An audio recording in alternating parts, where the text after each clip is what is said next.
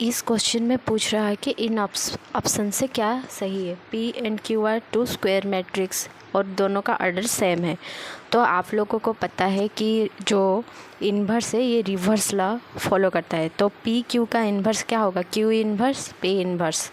देखो ये P Q whole inverse P inverse Q inverse ये गलत है, ये सही है, ये गलत है। Q P इन्वर्स क्या होगा? P इन्वर्स Q इन्वर्स ये सही है।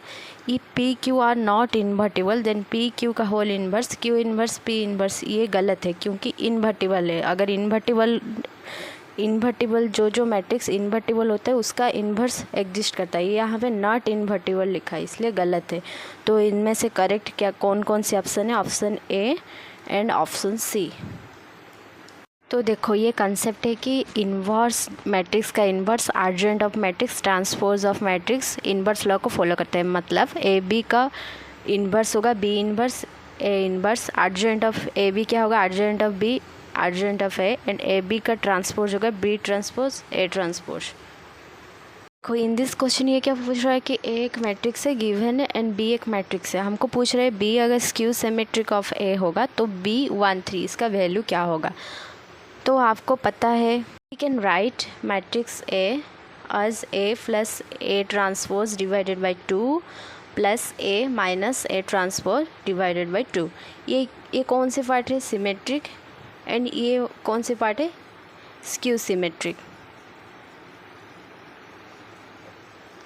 मैट्रिक्स ए गिवन है, हमको क्या करना है? ए ट्रांसपोज लिखना है। ए ट्रांसपोज क्या होगा? रो को कॉलम में कन्वर्ट करो। 3 2 -1 2 3 -1। मुझे क्या ढूंढना है? B 1 3 मतलब 4 - 2। 4 - 2 क्या होगा? 2। तो answer 2।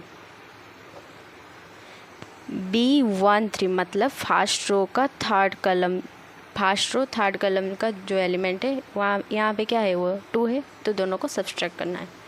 Let's consider this problem. The rank of the matrix is 1. Then पूछ रहा है कि अल्फ़ा बाई बीटा क्या होगा? तो रैंक 1 है मतलब सारा रोस एंड कलम्स एक दूसरे से डिफरेंट है। तो मैं मान के चलती हूँ कि जो 4 है ये वाला रो, ये जो कलम है ये फर्स्ट वाला कलम से डिफरेंट है। तो 4 is equal to K into 1। तो के का वैल्यू क्या होगा? 4 divided by 1 is equal to 4। Now alpha क्या होगा? Alpha is equal to K into -3 वैसे 6 क्या होगा? K into beta. We will find alpha by beta. ठीक है, तो अल्फ़ा का वैल्यू क्या होगा? Alpha is equal to 4 into -3 तो -12 एंड जो बीटा होगा वो 6 डिवाइडेड बाई 4 तो 3/2। अब हमको क्या निकालना है? Alpha divided by beta. तो alpha divided by beta is equal to -12 divided by 3/2। तो ये ऊपर जाके क्या हो जाएगा? इसका वैल्यू क्या होगा? -12 इंटू ये ऊपर जाके 2/3 हो जाएगा। 3 4 जा 12 तो क्या होगा? -8 इसका आंसर है। तो इसका आंसर है -8। क्वेश्चन में पूछ रहा है इसमें ये दो स्टेटमेंट से कौन से वाली स्टेटमेंट सही है, कौन सी वाली गलत है। तो ए प्लस बी का ट्रांसपोज क्या होगा? A transpose plus B transpose, ये वाला सही है। लेकिन ए बी का ट्रांसपोज होगा B transpose into A transpose, तो ये सही है, ये गलत है। क्योंकि आपको बताया कि मैंने कि इन्वर्स एडजॉइंट एंड ट्रांसपोज, ये जो 3 ऑपरेशंस है ये क्या करता है? ये रिवर्स लॉ को फॉलो करता है। तो P is true and Q is false. Option A is correct.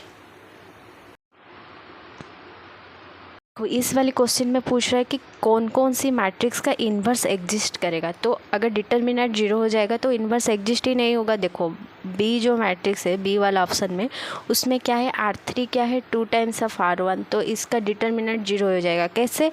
अगर आप R3 tense to R3 - 2R1 करोगे तो ये पूरा R3 क्या हो जाएगा? 0 हो जाएगा। तो इसका डिटर्मिनेंट 0 हो जाएगा।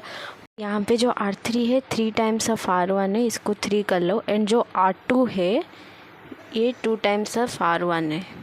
ये मैंने गलत बोल दिया है। उसके बाद सी वाला ऑप्शन क्या है, R1 is equal to 2R3, तो ये भी 0 हो जाएगा। डी वाला ऑप्शन में क्या है, R1 is equal to 3 times of R3, तो इसका डिटर्मिनेंट भी 0 हो जाए। तो बच्चा है क्या, ए ऑप्शन, तो इसका डिटर्मिनेंट 0 नहीं होगा, इसलिए इसका इन्वर्स एग्जिस्ट करेगा। Thanks for watching and subscribe the channel, share with your friends.